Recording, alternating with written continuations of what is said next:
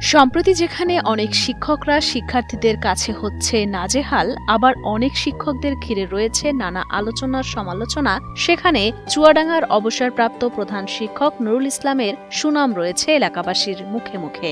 আমি যখনই সময় পাই আমার দাদুর কাছে বই চাই, আমার দাদু সব সময় দেয়। কয়েকবার জেলা উপজেলা পর্যায়ে শ্রেষ্ঠ শিক্ষক হিসেবে পুরস্কার লাভ করা এই শিক্ষক ২০০৭ সালে শিক্ষকতা থেকে অবসর নিলেও মানুষের মাঝে জ্ঞানের আলো ছড়িয়ে দিতে নিজ উদ্যোগে গড়ে তোলেন একটি লাইব্রেরি। যে কেউ বই নিয়ে পড়তে পারেন পুরোপুরি বিনামূল্যে। এখানে বই ইচ্ছা মতো বই পড়ি, কিন্তু বই পড়তে আমাদের কোনো অর্থ লাগে না। যখন ইচ্ছা তখন বই নিয়ে যাই, কিন্তু এখানে কেউ কিছু বলবে না।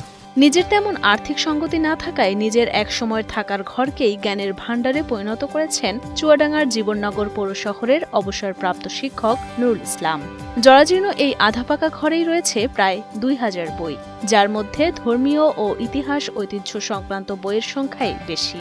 পাশাপাশি উল্লেখযোগ্য সংখ্যক শিশু কিশোর ও নারী শিক্ষা বিষয়ক বই রয়েছে নুরুল ইসলামের এই লাইব্রেরিতে।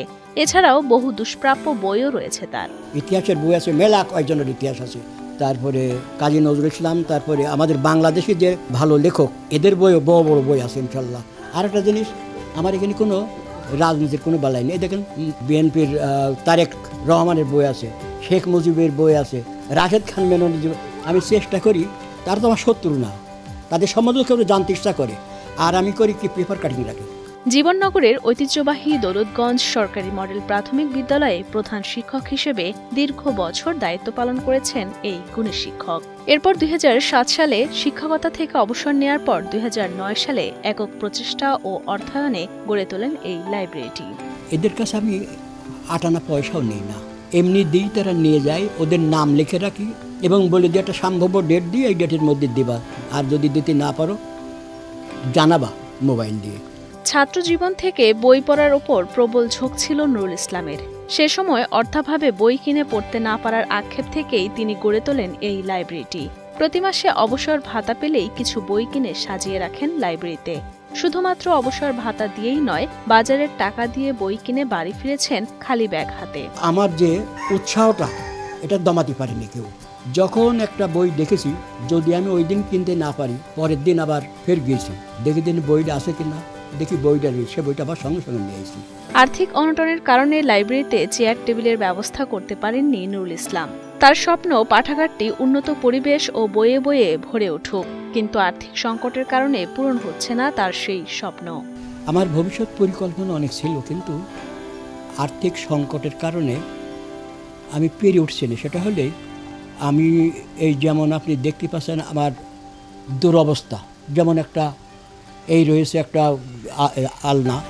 আলনাটা যে আমি কিছু করবো সে অবস্থা আমার নেই। এই জায়গাটা হয়তো যদি আমি কিছু ভালো ওয়েল পেপার দিয়ে সুন্দর ছবিওয়ালা করি, আর এই ধারটা আমি সুন্দর করব, আল্লাহ যদি আমার তৌফিক দেয় এবং খোদা যদি আমার বাঁচিয়ে রাখে, আমি করব। তো আমি চেষ্টা করি যতদিন বেঁচে থাকবো ততদিন গাই মানুষের জন্য কিছু দিয়ে যেতে পারি। সবার কাছে নুরু স্যার হিসেবে পরিচিত নুরুল ইসলামের একক প্রচেষ্টায় নিজ বাড়িতে লাইব্রেরি গড়ে তোলায় বই পড়ার সুযোগ পাচ্ছেন এলাকার শিক্ষার্থীরা সহ বই পড়ুয়া শিশু বৃদ্ধরা। তার এমন উদারতামূলক কাজ দেখে সন্তোষ প্রকাশ করেন পাঠকরা। ওনার এখন বড় যে সমস্যা আছে, যে আর্থিক সমস্যার কারণে এই পাঠাগারটা যে পাঠকদের জন্য যে উন্মুক্ত করে দেবে, যে একটা খোলামেলা জায়গা, সেই অবস্থার ওনার নাই। এই লাইব্রেরিকে সম্প্রসারণ করার জন্য যে আর্থিক সংকটে তিনি আছেন, সমাজের বিত্তবান মানুষ যদি এগিয়ে আসে তাহলে স্যারের এই লাইব্রেরিটা সম্প্রসারণ করার কাজে সহযোগিতা করবেন।